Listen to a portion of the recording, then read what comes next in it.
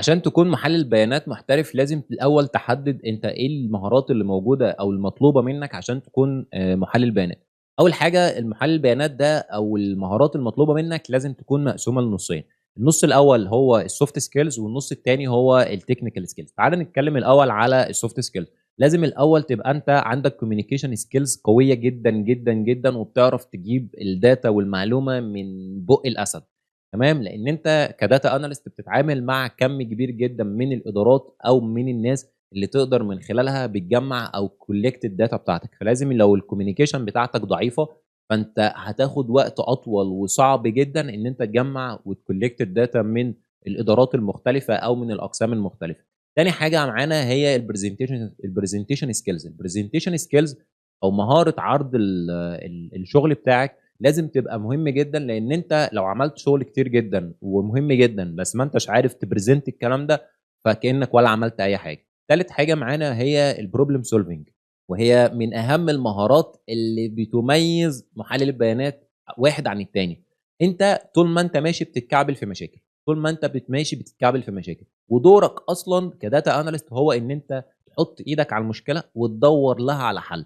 ففكرة إن أنت أصلًا ما تبقاش عندك ملكة إنك إزاي تحلل أو إزاي توصل لمشاكل وتحلها، فده ويبقى عندك إزاي طرق مختلفة للحل، فده هيبقى مشكلة صعبة جدًا بالنسبة لك. تالت حاجة معانا وهي الanalytic thinking أو طريقة التفكير في التفكير التحليلي. أنت إزاي تفكر في الdata، إزاي تطلع بinsights ممكن غيرك ما يكونش فكر فيها، حتى صاحب الbusiness نفسه اللي جاي لك يقول لك اعمل لي project معين، أنت بتدوّر أو بتفكر في الdata أعمق بكتير جدًا من إن هو بيفكّر فيها، فده مهم جدًا. بعد كده عندنا كل الكلام ده بيصُب في حاجة بقى هي الmentality بتاعتك، الmentality والway of thinking، طريقة التفكير بتاعتك والmentality بتاعتك. بعد كده عندنا الtechnical skills.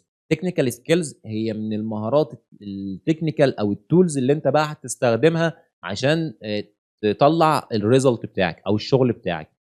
عندنا أول حاجة هي الExcel، Power BI، Tableau، الاتنين دول يعتبروا واحد. الPower BI يكتسح بقوة جدًا.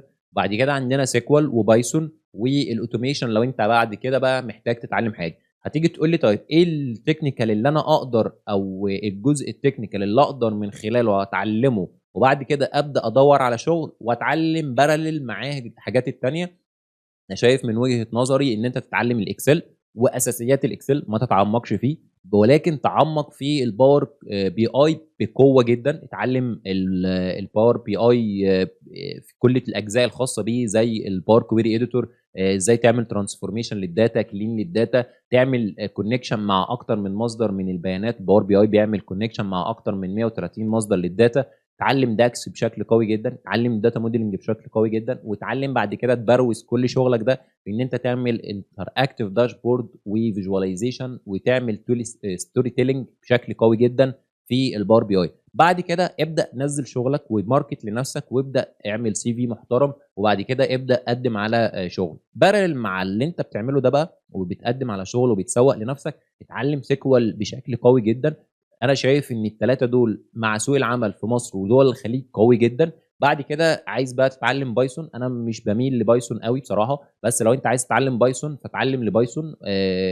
هتلاقي إن في شركات بتطلب إن أنت تبقى aware ببايثون بشكل كبير جدًا لإنهم بيستخدموا بايثون، بس بنسبة قليلة جدًا الشركات اللي بتستخدم بايثون في تحليل البيانات. ثم وأهم حاجة في بايثون هي إن أنت لو فكرت بعد كده إن أنت تدخل في مجال الdata science والmachine learning والartificial intelligence. فده بكل اختصار أو بكل بساطة اتكلمنا بالتفصيل عن الskills المطلوبة لمحلل البيانات الsoft skills والtechnical skills. لو عجبك الفيديو ما تنساش تعمل لايك، ولو أنت على اليوتيوب ما تنساش تشترك في القناة، ولو أنت عندك أي سؤال أو استفسار اكتبه لنا في التعليقات أو حابب إن إحنا نتكلم عن مواضيع معينة خلال الفترة اللي جاية.